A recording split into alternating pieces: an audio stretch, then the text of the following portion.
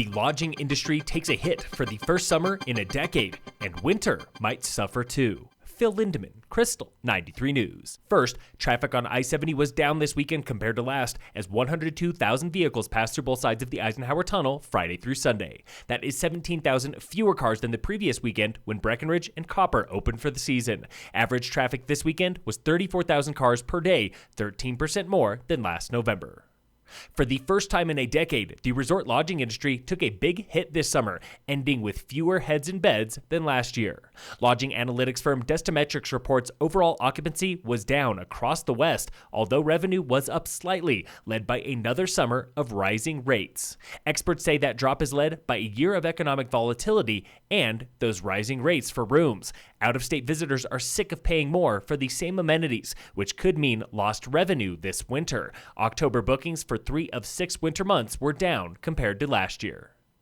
Americans throw out 31% of our food, or roughly 133 billion pounds every year, equal to 88.7 million full-grown cows. Ending food waste is a top priority at High Country Conservation Center, beginning with the local food waste composting program. That program is now free for the first time ever. Stop by HC3 in Frisco anytime to get your composting bucket. This Thursday, HC3 partners with Breckenridge for a composting workshop designed for lodges, caterers, and restaurants, showing how food composting is responsible and saves cash. That's this Thursday, 8:45 a.m. at Breckenridge Town Hall. HC3 recently completed a multi-month waste study analyzing what we throw in the garbage to guide $1 million in annual tax funding for conservation and recycling programs. The Colorado Avalanche Information Center has a budget of $1.6 million these days and 19 full-time employees covering 50,000 square miles of mountainous terrain and thousands of vertical feet. Avalanche safety is a team effort.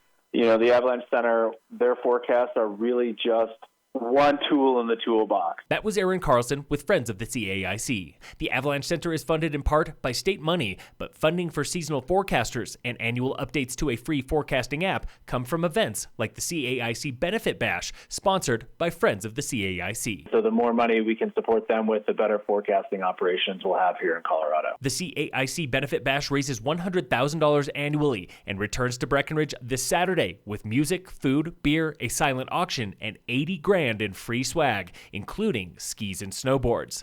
That's this Saturday, starting at 5 p.m. at the Riverwalk Center. Get your tickets through colorado.state.co.us.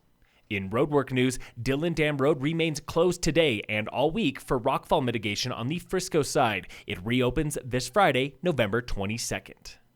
In sports, all Colorado teams are off today, back tomorrow with the Avalanche. And in local sports, brought to you by American Family Insurance, the Weiss Agency, winter sports season at Summit High begins next week, opening November 26th with boys basketball. All other sports get started after Thanksgiving. And second race of the A-Basin Rise and Shine Rando Series is the same day, November 26th. Get signed up at arapahoebasin.com. Phil Lindeman, Crystal 93 News.